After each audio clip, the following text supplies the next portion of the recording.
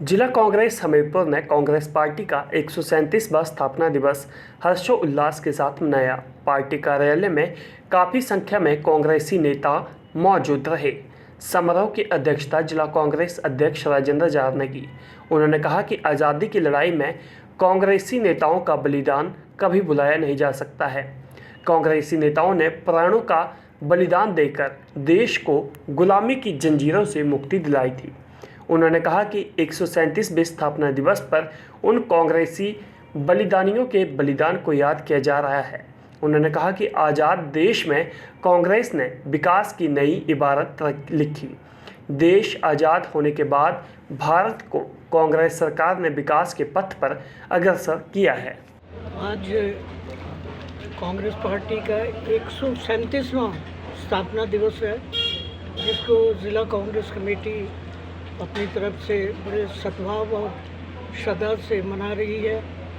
और उन लोगों को, उन कांग्रेस जनों को जिन्होंने आज़ादी की लड़ाई में तमाम अपने बलिदान देकर इस देश को आज़ाद करवाया, उनकी याद हम इस मौके पर कर रहे हैं। और उन नेताओं की भी याद कर रहे हैं और उनकी सराहना कर रहे हैं, उनके कार्यों की, जो आज़ादी के बाद जिन्होंने देश की प्रगति और देश के विकास के लिए काम किया और देश को विश्व में एक अपना स्थान दिया। उनकी भी हम इस मौके पर याद कर रहे हैं और उनकी सराहना कर रहे हैं। और कुछ और विषयों पर भी चर्चा हो रही है। यहाँ पर जो कल भारतीय जनता पार्टी की मंडी में रैली हुई और जिसमें प्रधानमंत्री मोदी जी ने रैली को संबोधित किया, उसमें हमारी पार्टी इस बात पर बड़ा अफसोस जाहिर करती है कि प्रधानमंत्री इस बार भी हिमाचल प्रदेश को कुछ भी नहीं दे सके। कोई आर्थिक सहायता हिमाचल प्रदेश को जो अपेक्षित थी वो नहीं मिली।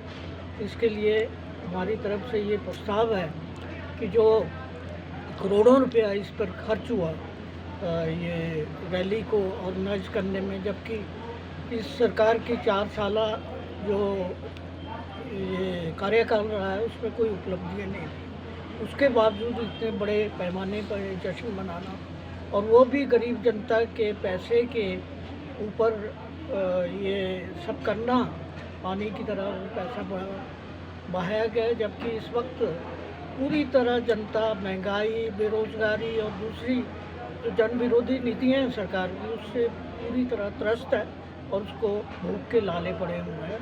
तो इस पर भी हम सरकार से ये मांग करते हैं कि सरकार इस पर श्वेत पत्र जारी करे कि कितना खर्चा हुआ, कहाँ से वो खर्चा मीट किया गया, ये सारा पब्लिक को पता लगना चाहिए। कांग्रेस ने सबसे ज़्यादा इस बार भी वोट लिए हैं और जहाँ भारतीय जनता पार्टी वहाँ पर सत्ता में थी, उनका मेयर था, उसके बावजूद वो पिछड़ी है। और कांग्रेस पार्टी को पिछले चुनावों में 4 सीटें थी, आज वो बढ़कर 8 सीटें हो गई हैं। तो कांग्रेस पार्टी का जहाँ तक प्रश्न है, जहाँ तक उनके वोट लेने का प्रश्न है, वो सब दलों से अग्रणी रही है। घोषणा तो पहले भी इनके मंत्री नितिन गडकरी कर चुके हैं। आज से 4.5 वर्ष पूर्व उन्होंने 69 ये राष्ट्रीय मार्गों की ये कही थी, घोषणाएं की थी, वो आज तक नहीं पूरा हुआ। प्रधानमंत्री जहाँ भी घोषणाएं करते हैं तो चौथे साल में घोषणाओं की याद आती है, इसके पहले नहीं, क्योंकि ये चुनावी वर्ष है लोगों को लुभाने के लिए। और जब ये घोषणाएं पूरी नहीं होंगी और चुनाव निकल जाएंगे तो ये हाथ पर हाथ रख कर बैठ जाएंगे। तो ये सारी जो सब्ज़बाग दिखाए जा रहे हैं वो बिल्कुल झूठे हैं और आपने देखना इनमें से कोई भी कार्य पूरा नहीं होगा।